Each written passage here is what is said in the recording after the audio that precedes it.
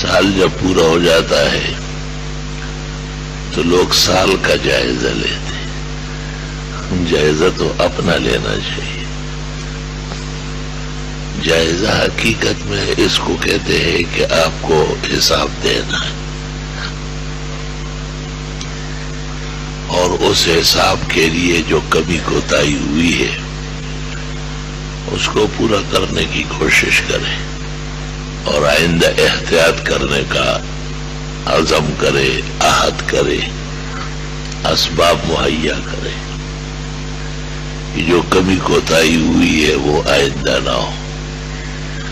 تو چونکہ نشریہ اور میڈیا اصلاح کے لیے نہیں ہے، فحاشی کے لیے ہے، اور ان کا کام لوگوں کو بنانا نہیں ہے، لوگوں کو بگاڑنا ہے. اس لیے ایسی کوئی قیمتی بات، ایسا کوئی بیش بہا پروگرام جو وہاں سے نشر ہو بہت ہی مشکل ہے. علماء کرام غریب، عیاشی و فحاشی، فسق و فجور سے بچنے کے لیے اس سے دوری واقع ہو گئی. وہ یہ نہ جائے، یہ حرام ہے. وہ ٹھیک ہے، تلوار چلانا جائز بھی ہے خدا کے دشمن کے خلاف، اور ناجائز بھی ہے اللہ کے دوستوں کے خلاف. چھری اور چاقو سے سبزی کٹتی ہے، گوشت کٹتا ہے، مرغی ذبح ہوتی ہے، ضروریات ہے، زندگی ہے. اسی چھری سے انسان کا گلا بھی کٹتا ہے. حرام ناجائز اور کاٹنے والا جہنمی ہے. تو ایک سخت لمحہ فکریہ پیدا ہو گیا کہ اگر ان چیزوں کے قریب ہوتے ہیں اس میں علیحدہ آگ ہے، اور اگر ان سے دور رہتے ہیں تو ایک علیحدہ دلدل ہے، تباہی ہے اور فساد ہے. اللہ تعالی جو شرائع کا محافظ ہے، دین اور اہل دین کا ناصر اور مددگار ہے، انہی کے لم یزل کارخانوں سے اور خزائن رحمت و انعام سے استغاثہ ہے کہ وہی مسلمانوں کے، علماء کے، دینی مدارس کے، شاعر اسلام کے حفاظت و نصرت کے اسباب پیدا فرمائے.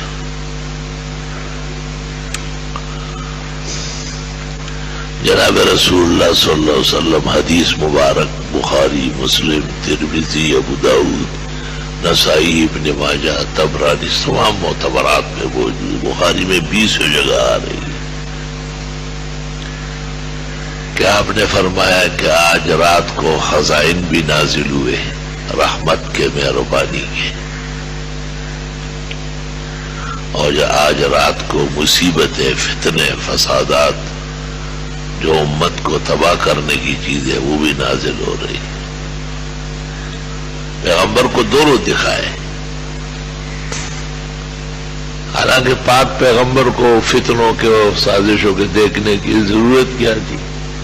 ان کا دامن تو عصمت کا ہے، شان عظیم اور کبیر ہے، لیکن آگاہی ان کو بھی دینی تھی. صلاۃ الکسوف آپ پڑھا رہے تھے،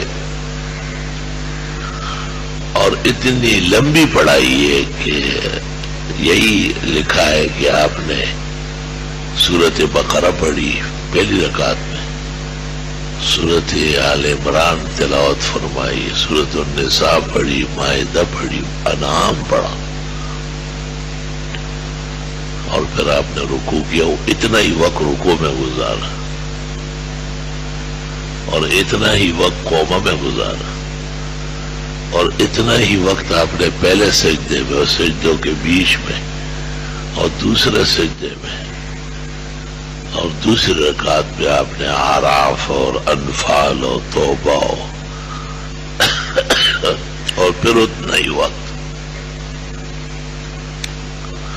صحابہ جو پچھلی صفوں میں تھے وہ گھبرا گئے، کمر دکھ گئی ان کی، سر اٹھا گئے کہ شاید حضرت اٹھے ہیں، ہم کو پتہ نہیں، دیکھا کہ نہیں اسی طرح رکوع میں ہی ہے، تو پھر چلے گئے رکوع میں۔ پچھلوں نے سمجھا کہ 2 رکوع ہو گئے، 3 رکوع ہو گئے، 4 رکوع۔ اللہ کے رسول اور نبی تو عبادت کے لیے ہے۔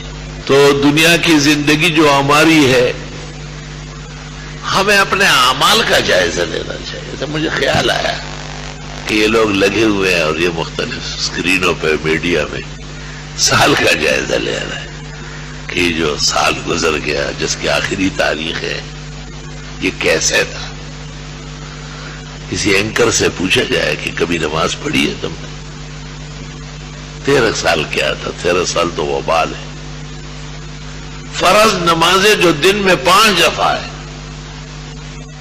اس کا رواج ہی نہیں ہے پوچھنے کا۔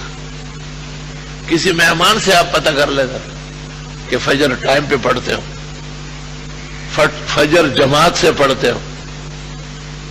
آپ یہ فکر ضرور کریں گے کہ اچھا اکرام ہو جائے، سنت طریقہ ہے، اور بہت یہ ٹھیک ہے، یہ سنت سرآنکھوں پر ہے، یہ زندگی اور عزت کا حصہ ہے، لیکن مذہب سب پہ غالب ہے، اور دین اور اسلام جو ہے وہ نہ ختم ہونے والی نعمت ہے، اس کا بھی پتہ کرنا چاہیے، وہ بھی یتیم مسکین نہ چھوڑا جائے۔ رحمان بابا اپنے دیوان میں کہتے ہیں کہ مجھے لوگوں سے کوئی کام نہیں، میں اپنے آپ کو جو نصیحت کرتا ہوں نام ادھر کا ادھر کا لیتا، حقیقت اپنا غم رو رہا ہوں، اتنی کمزوریاں، اتنی عاجزیاں ہم میں آ گئی ہے۔ انگریزی حساب سے سال پورا ہو یا اسلامی روایات سے سال پورا ہو، لیکن انسان کو متوجہ ہونا چاہیے۔ مردرا باید کے گیرد اندر گوشت ور بے نشتست پند بر دیوار۔ عقل مند کو چاہیے کہ نصیحت لے اور اپنے آپ کو وقت پر سنبھالے۔ حدیث میں ہے السعید من توسل بالکتاب والسنہ، اور والسعید من تزاد للآخرہ۔ سعادت مند وہ ہے جو قرآن و سنت کو لائے ہے، عمل بنائے۔ سعادت مند وہ ہے جو آخرت کی تیاری میں مشغول ہو جائے۔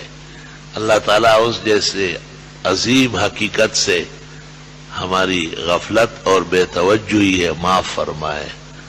وآخر دعوانا الحمدللہ۔